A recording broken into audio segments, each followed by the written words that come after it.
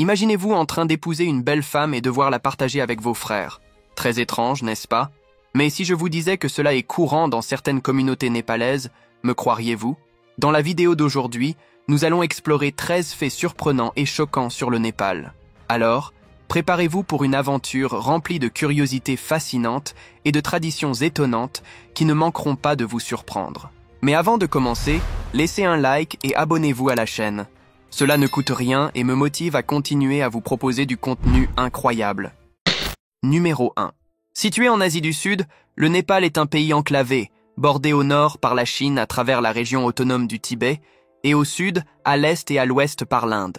Sa position géographique le place stratégiquement entre deux des plus grandes civilisations du monde, influençant profondément son histoire, sa culture et ses relations internationales.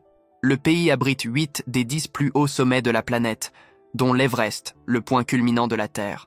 En plus des montagnes qui dominent le nord, le Népal possède des collines vallonnées dans la partie centrale et des plaines fertiles au sud, connues sous le nom de Terai. Numéro 2. Avec une population d'environ 30 millions d'habitants, le Népal est un véritable mosaïque de cultures et d'ethnies. Le pays compte plus de 125 groupes ethniques et castes, chacun ayant ses propres traditions, langues et cultures. La langue officielle est le népalais, mais des dizaines d'autres langues sont parlées dans le pays, reflétant sa diversité ethnique. Parmi les principaux groupes ethniques, on retrouve les Newar, les Gurung, les Sherpas et les Tamang, chacun ayant sa propre langue et ses traditions spécifiques. La religion dominante est l'hindouisme, suivi du bouddhisme. Il existe également de petites communautés musulmanes, chrétiennes et d'autres confessions religieuses. Numéro 3. Alors que de nombreux pays à travers le monde ont vu leur histoire marquée par la colonisation et les luttes pour l'indépendance, le Népal se distingue par un fait impressionnant. Il n'a jamais été colonisé par une puissance étrangère. C'est pourquoi le Népal ne célèbre pas de jour d'indépendance, car il n'a jamais été dominé. Cet exploit est une source de grande fierté pour les Népalais, qui valorisent profondément leur autonomie et leur patrimoine culturel, préservé à travers les âges. Si vous aimez la vidéo, laissez un like et abonnez-vous à la chaîne pour plus de contenu comme celui-ci. Numéro 4. Bien que la polygamie soit connue dans diverses cultures, le Népal se démarque par une pratique moins commune, la polyandrie. Dans certaines régions montagneuses du nord du Népal, comme au sein des communautés tibétaines, une femme peut avoir plusieurs maris, qui sont généralement des frères. Ainsi, les frères du mari deviennent également ses époux. Cette pratique vise principalement à préserver les terres et les ressources de la famille, maintenant l'héritage au sein du même noyau familial. Elle permet aussi de limiter le nombre d'enfants, en adéquation avec les ressources limitées de cet environnement difficile. Cependant, cette tradition exige que l'épouse maintienne un équilibre délicat entre ses maris, garantissant un traitement équitable pour chacun et évitant les conflits. Alors, auriez-vous le courage de partager votre épouse? Numéro 5. Une autre tradition particulière est celle des Kumaris, ou déesses vivantes. Le mot Kumari vient du sanskrit et signifie « vierge ». À chaque cycle, une jeune fille est choisie pour devenir la Kumari dans plusieurs villes du Népal. La plus célèbre est la Kumari de Katmandou. Pendant cette période, elle vit en isolement dans un palais où elle participe à des cérémonies et festivals vénérés par les fidèles qui croient en ses pouvoirs de guérison. Lorsque la Kumari atteint la puberté, elle retourne à une vie normale et une autre fille est sélectionnée pour prendre sa place. La sélection d'une Kumari est un processus rigoureux qui suit plusieurs étapes traditionnelles. La jeune fille choisie doit appartenir à la communauté Newar, être issue de la caste Shakya et répondre à des critères physiques très spécifiques, comme l'absence de cicatrices, de taches sur la peau ou de dents cassées, et posséder les 32 perfections physiques décrites dans les textes religieux. Numéro 6. Alors que la plupart du monde suit le calendrier grégorien, le Népal utilise le Bikram Sambat, un calendrier qui a 57 ans d'avance. Cela signifie que pendant que nous vivons l'année 2024, au Népal, c'est déjà l'année 2081. Le nouvel an népalais, appelé Nava Varsha, est célébré à la mi-avril et marque le début d'une nouvelle année selon le calendrier Bikram Sambat. Ce calendrier lunisolaire reflète le riche héritage culturel et religieux du Népal, où le temps et les festivités sont étroitement liés aux phases de la lune et du soleil. Numéro 7.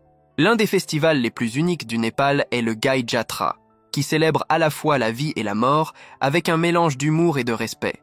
Pendant ce festival, principalement observé dans la capitale Katmandou, Les familles ayant perdu un être cher participent à une procession de vaches, ces animaux étant sacrés dans l'hindouisme et symbolisant l'âme des défunts, les aidant à trouver le chemin du ciel. Le festival inclut également des représentations satiriques et des chansons humoristiques qui se moquent de personnalités publiques et de situations de la vie quotidienne, créant une atmosphère de rire et de communion. Numéro 8. Parmi tant de traditions, l'une des plus fascinantes est le Kukur Tihar, ou Journée des chiens. Ce festival célèbre le lien spécial entre les humains et les chiens. Pendant cette journée, les chiens, qu'ils soient terrans ou domestiques, sont vénérés et traités comme des rois. Ils sont ornés de guirlandes de fleurs et reçoivent une marque de poudre rouge sur le front, symbole de bénédiction. Les Népalais croient que les chiens sont les messagers du dieu Yama, le gardien du monde souterrain, et leur consacrent ce jour pour leur montrer respect et gratitude. Numéro 9. Le Népal est le berceau du mont Everest, la plus haute montagne du monde, culminant à une altitude impressionnante de 8848 mètres au-dessus du niveau de la mer. Connu sous le nom de toit du monde, l'Everest attire des aventuriers du monde entier qui rêvent de défier ces altitudes extrêmes et d'admirer la majesté de l'Himalaya. L'Everest possède une riche histoire d'expéditions, de victoires et de tragédies. En plus de ce sommet légendaire, le Népal abrite 7 des 14 montagnes les plus hautes du monde, dont le Lhotse, le Makalu et le Cho Oyu, qui dépassent toutes les 8000 mètres d'altitude. Ces sommets font du pays une destination de rêve pour les alpinistes et les amoureux de la nature. Numéro 10. Voyager au Népal peut être une expérience aussi exaltante qu'inquiétante, surtout si vous atterrissez à l'aéroport de Lukla, considéré comme le plus dangereux du monde.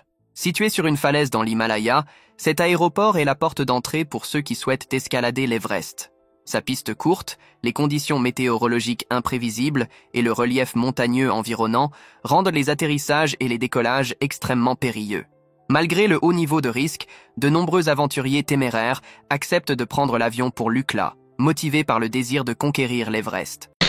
Numéro 11. Le Népal est un pays riche en sites touristiques et en paysages à couper le souffle.